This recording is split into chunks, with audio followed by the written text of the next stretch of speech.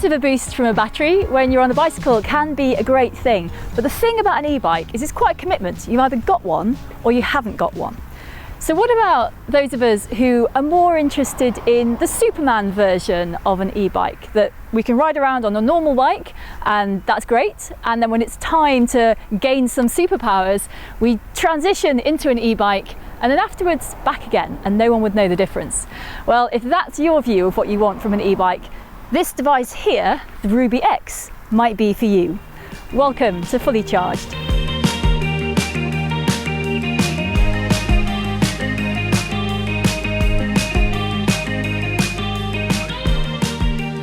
So this is it. This is the Rubbee X. It's quite a light device. It's only 4 kilos. And the brilliant thing about it is that you just clip it on to the back of your bike, you lower it onto your back wheel, and you're good to go. That's it. You take it off, you've got your normal bike back, you put it on, and now you've got an e-bike. This device is quite new, so the company's been around since 2014, but they've developed a few prototypes, and then they went back to the beginning and redesigned the whole thing from scratch with all of those lessons. And this is the result. So it's only been on sale since somewhere in the middle of 2020, so it's still really new. You can buy it from the company website. You won't find it in any shops in the UK, but you can buy it online. And what they spent those 3 years doing is overcoming the problems of a friction drive. So most e-bikes that are designed as e-bikes would have a hub drive, so they'll have a big hub on the back wheel with a motor in it that is pushing the wheel around from the middle of the wheel. What this thing does is it's got a wheel on the back here that pushes round on the tyre. So you look at this and you say, why has no one done this before? It's a really simple idea. It's, why bother with all those cables and spanners and all the, it's quite easy to convert a bike into an e-bike, but it does involve, strapping cables to your frame and taking things on and off, whereas this you just clip on. So why has no one done this before? And the reason it's tricky is that once you start to think about it, this friction drive here, it's got to do a lot of work. So what happens, for example, if you ride through a puddle and the wheel suddenly becomes a bit more slippy? What happens if you go over a bump and the device has to adjust to, not bumping on and off the tyre? There's all these little things about how it actually works that are critical to whether it works in practice. And that's what they've been doing. That's what this company has been working on for 3 years, is making sure that it's basically got really good traction control so that it does what it's meant to do. What's interesting riding it around is that it's not just that when it senses you're pedaling, it gives you a bit of a push, although it does do that. What's interesting is that it's judging what's going on. So if you suddenly, for example, slow down, but your cadence speeds up, so your pedals are going around faster, it assumes that you have arrived at a hill, you've changed down the gear to go up a hill or a few gears, and it gives you a bit of a boost because you're going up a hill. So it's constantly paying attention to what you're doing and adjusting how it responds, but it feels really, really smooth. And then there's the other thing that I thought I would never see on an e-bike. Now, there is a reason you don't get regen braking on the bikes, and it is because most of the energy that you're expending goes into overcoming air resistance. So in a car, if you get up to a certain speed, if you just turn everything off, the car's got enough momentum to keep going for quite a long way. There's not much momentum on the bike, there is a lot of air resistance, so you don't have a lot to give back. However, this device does have regen braking, and it's the sort of thing you wouldn't use all the time. You would use it if you're at the top of a big hill. So you've probably had a bit of battery assist getting up the hill. You're at the top. You've got some extra energy. You're going to get faster and faster going down the hill. So there are 2 things you can do with that energy to slow yourself down. You can expend it all in friction by braking, in which case it just becomes heat. Or with this thing, what you can do is pedal backwards half a rotation, and then this will start braking the bike, and that energy will go back into the battery. And it slows you down really quickly. It's quite disconcerting. So it's only really any use on a long hill. However, if you can have regen braking, why not do it? With this type of drive, it's quite easy to run the motor in both directions, which is not true for a hub drive.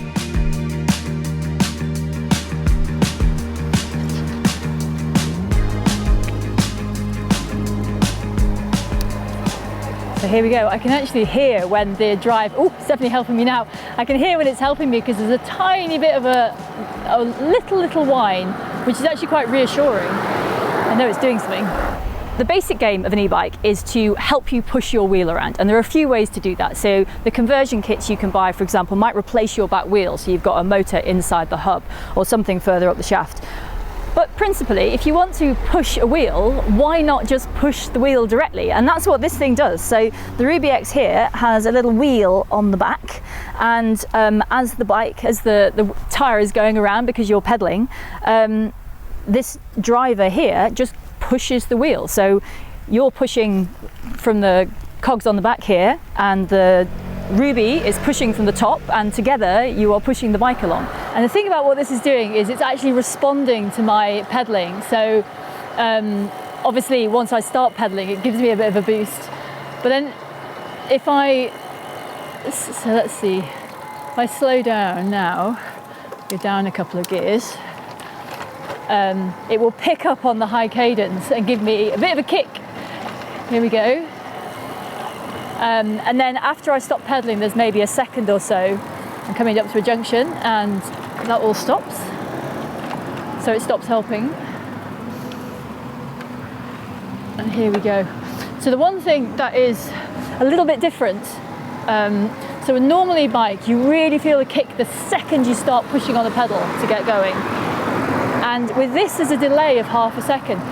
But I actually really like that, because I find it really disconcerting when I just move the pedal a little bit if I'm stopped at traffic lights, and then the e-bike will just go vroom. And I don't want that. So I actually quite like here that there's a bit of a delay. You do get the help getting going, but you're a bit more in control.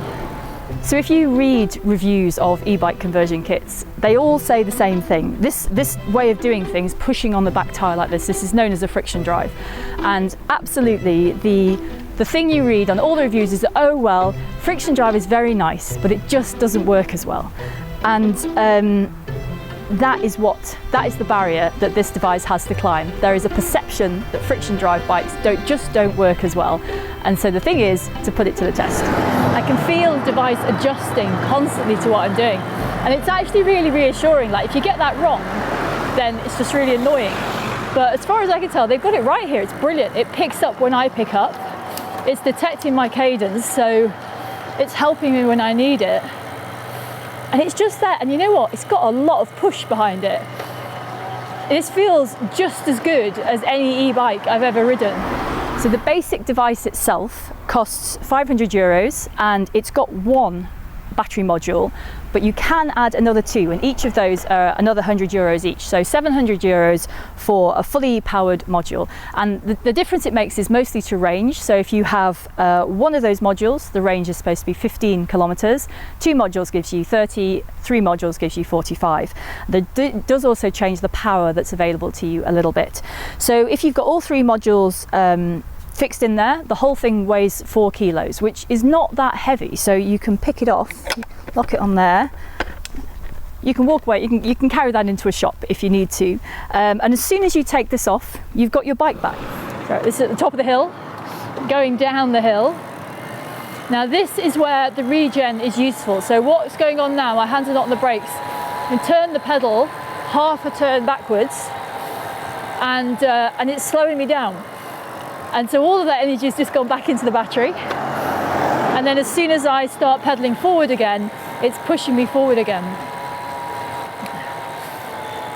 So I stop pedaling, it stops helping me. I pedal backwards, and then the regen kicks in. And maybe that's not going to give you very much energy, but it's a lot of fun. You might as well put that energy back in the battery, right? If you've just used up energy to go up a big steep hill, why not use it to come, get it back on the way down? It's brilliant. And so the only things you need to install are this little bracket on your seat post, and it's quite, you can put it anywhere on your seat post and it will still work. And then the only other thing is this little device down here on the crank of the pedal, and that's because the Rubbee, by law, can only give you assistance when you are pedaling. So you have to put some work in to get something out of the battery. And this sensor here is keeping an eye on whether you're pedaling. So that talks to this, and that's all there is to it. So we just stopped at traffic lights, bit of a push, and there's the kick. The reliable little e-bike kick that tells you you feel like you're flying. I really like this. I'm really impressed with this device. It's really smooth. I haven't detected it slipping at all. It's just doing what I want to do. I cycled about 40 kilometers around London yesterday, 40, and the battery didn't run out. It wasn't anywhere near being run out, actually. They say the range is 45 kilometers, but I was up near 40 and it still had a lot of charge left. And it's just, it does exactly what you want it to do. It just gives you that little push when you need it. It does feel like you're flying. It's completely smooth. And it's so easy. I am well on board with this. So on the back here, there's a little covering. So that's your charging port there. So when you pick the whole thing up, take it into your house, there's a little charger that just plugs into that. Little waterproof cover there. And then to turn it on, that's the power button. And so you have backlight, you have a backlight all the time. And then these lights along the top tell you how much charge is left in the battery. So if it's all 4 of them, it's full charge, and then the lights disappear as you use up your battery.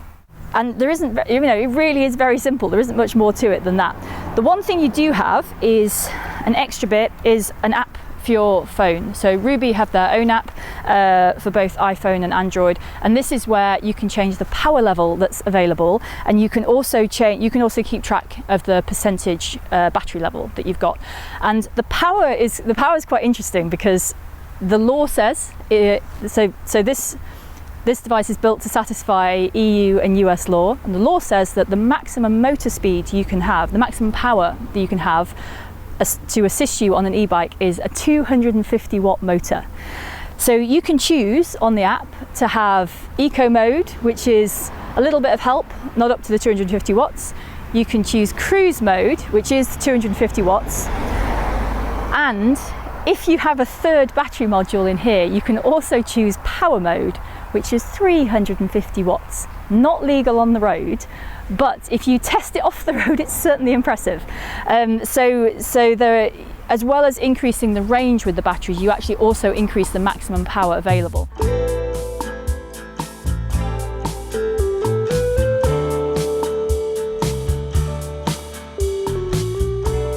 So I am totally sold on this device. The only disadvantage I can see is that if you've got this on the back, you can't have panniers, so you can't carry heavy bags on the back of your bike. But if you don't mind that, it is brilliant in absolutely every other way. All those people who say friction drives just don't work as well need to try this, because I wouldn't have known from the feel of it that I wasn't riding a full-on electric bike, except that it's my bike and I didn't need to buy a whole new bike. It's just my bike. I'm just getting a bit of assistance, and I am totally on board with that. I think that's brilliant. So that's all we've got time for this episode. If you like what we do, go and look at the website fullycharged.show, and if you have been, thank you for watching.